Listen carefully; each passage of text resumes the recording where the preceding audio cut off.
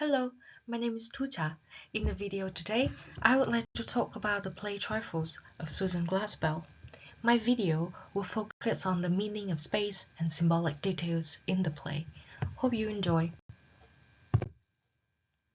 Susan Glaspell was born in 1876 and passed away in 1948.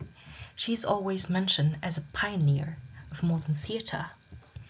She co-founded the first modern American theatre company, the Provincetown Players, and was a Pulitzer Prize-winning playwright, actress, novelist, and journalist. Most of her 9 novels, 14 plays, and over 50 short stories are set in Iowa, where she was raised. Rocky talked about her as the great American thinker. In dramatic form, she is spirit and the mind and the soul of the real American today, expressed in literature. Talking about her play, it is also said that the plays of Glaspell show her struggle to find new theatrical forms and to give voice to the American women whose anxieties were as valid in the American of the first decade of the 20th century as they are in the global world today. About the Provincetown Player Company. It began as a group of writers and artists who were vacationing in Provincetown, Massachusetts. They presented their plays first on July 15, 1915, on the veranda of Hutton Hapgood and Nice Boys rented Ocean View Cottage. The 2 plays were Constancy by Nath Boyce and Suppressed Desires by husband and wife George Cramcook and Susan Glaspell. The group's primary purpose was to give venue to American playwrights and new American plays, purposely encouraging plays that would be in contrast to the kind of melodramas and triangle relationship plays they observed producer were presenting on Broadway. About the play Trifle. Trifle is a one-act play. The play is loosely based on the murder of John Hossack, which Glaspell reported on while she was working as a journalist on the Des Moines Daily News. Sorry for pronouncing the name. I'm not very good in pronouncing French. On December 2nd of the 1900, Hossack's wife Margaret was reported to the police that an unknown person broke into their house and murdered John, her husband, with an axe while she was sleeping next to him. Margaret was arrested for the murder a few days later at John's funeral. Glaspell followed the story closely and reported on its development, filling a total of 26 stories on the case over the course of Hossack's arrest and trial. Initially, Glaspell's reporting painted a rich portrait of Margaret Hossack as a formidable, cold-blooded woman thoroughly capable of having beaten her husband brained out with an axe.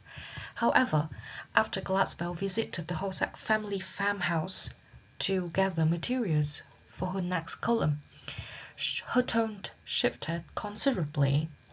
Subsequent reports from Glaspell showed Margaret Hossack under a much more sympathetic light as a meek woman who misses her children. Susan Glaspell writes Trifle in 10 days just prior to the production and premiere at the Wharf Theatre for the 2nd season plays of the Provincetown Player. Now let's talk about space in play. The setting space of a play is crucial in modern drama, especially realistic play, where the setting is very carefully and intricately set up. Firstly, it is because in Glaspell's play, most of her protagonists are female characters who's trapped in houses that they cannot call home, and characters who fight for their own space, which given the significance to the kitten in the play Trifle.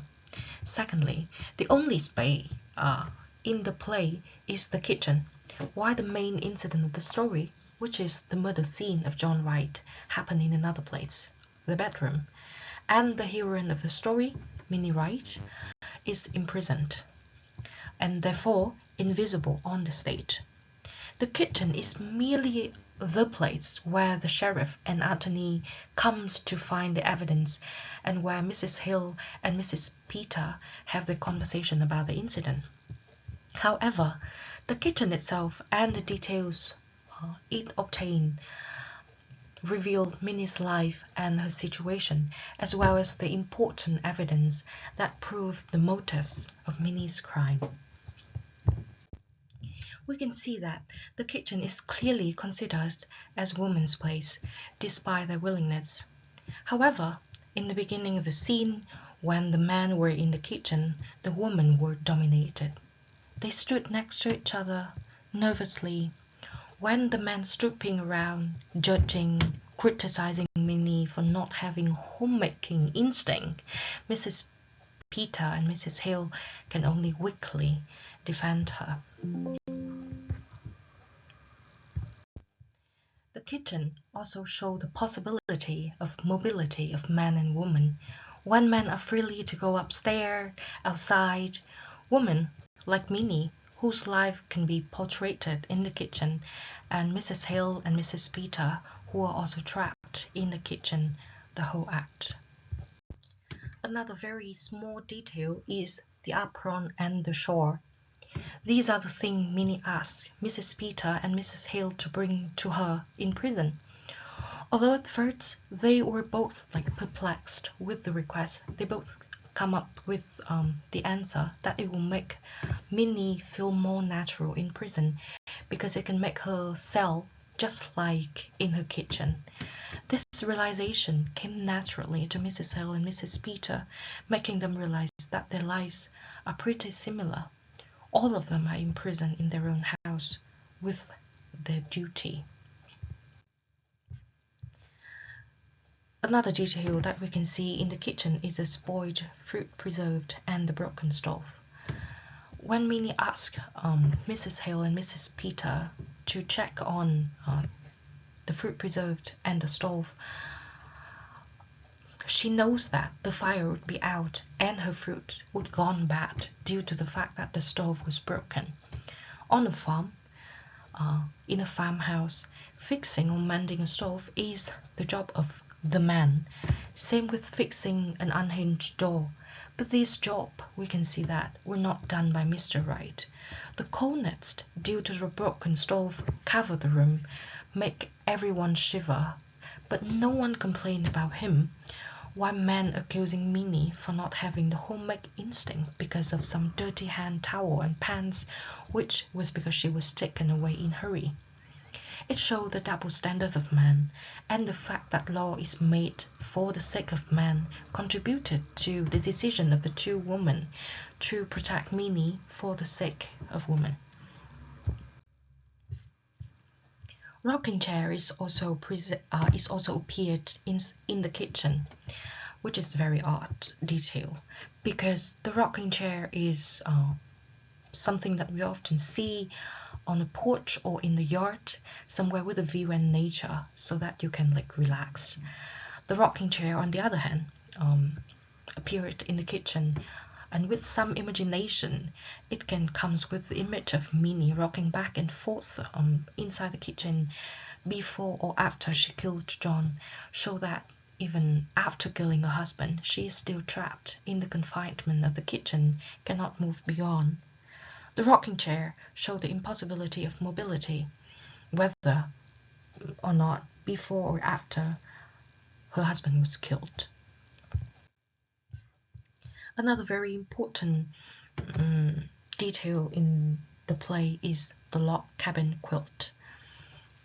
The fact that men laughed at the quilt and the concerning of women show that men do not appreciate women's work, although the quilt is a main thing that helped to keep them warm in a farmhouse, especially in one with a broken stove. Log cabin pattern is a type of pattern where there is a red square in the center, surrounded strictly lines by lines. This pattern visualizes Minnie's life, being imprisoned strictly, no chance of escaping. The bad sewing on one final part shows the instability of Minnie, mentally and physically, and also the long finish of the quilt, her confinement as soon as possible. And the last detail is the death bird, which is also very important to prove Minnie's crime. The death bird is a key evidence which is essential to convict Minnie. The bird metaphor Minnie's life before and after her marriage. The death bird reminded Mrs. Hale about Minnie's past and Mrs. Peters' unborn child of herself. Before that, through Mrs. Hale reminiscence, Minnie's was like an adorable bird with freedom and voice, while after that she is killed, being trapped in the domestic duty, which is her kitchen, no freedom, just hopeless confinement and stillness. This is also the key point of empathy between Mrs. Peter and Mrs. Hale with Minnie. Witnessing Minnie's kitchen, they have realized that their lives are so much in common. They are all confined in a space by duty that is set by man and for the sake of man.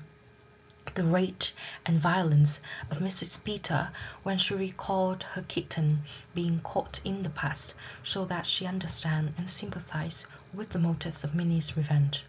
The bird was killed, just like Minnie was killed by her marriage. The decision to protect Minnie also comes from this empathy. That is the end of my video today. I hope you enjoyed that.